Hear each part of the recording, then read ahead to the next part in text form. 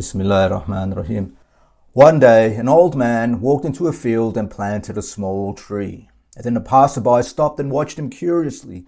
The old man asked, "What's on your mind, young man?" The passerby hesitated, but then answered, "I don't want to sound disrespectful, but why are you planting this?" he asked.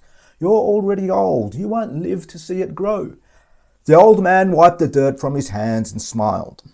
"Others before me planted and we ate. Now I plant so others may eat." The passerby frowned as if hearing something unfamiliar. "But what if no one remembers you? What if they never even know it was you who planted it?"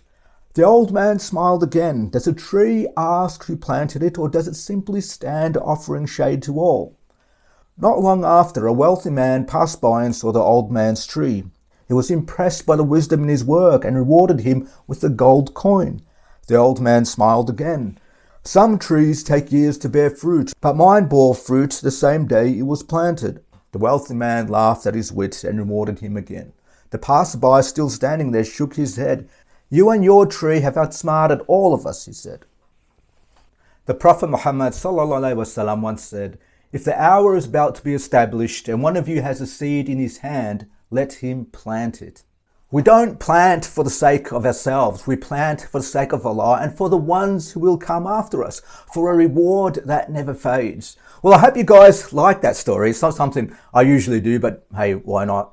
The hadith, though, about planting a seed at the brink of the final hour is deeply symbolic, carrying multiple layers of meaning. The seed can represent any good deed, helping others, teaching knowledge, or even small acts of kindness. It reminds us that even when time is running out, goodness should never cease. It teaches us resilience. Even if the world is about to end, do what is right. It parallels how a believer should continue striving for Allah's pleasure regardless of circumstance. The hadith also highlights that results are not in our control, but intentions and efforts are. Even if the tree will never grow, the act of planting it still holds merit.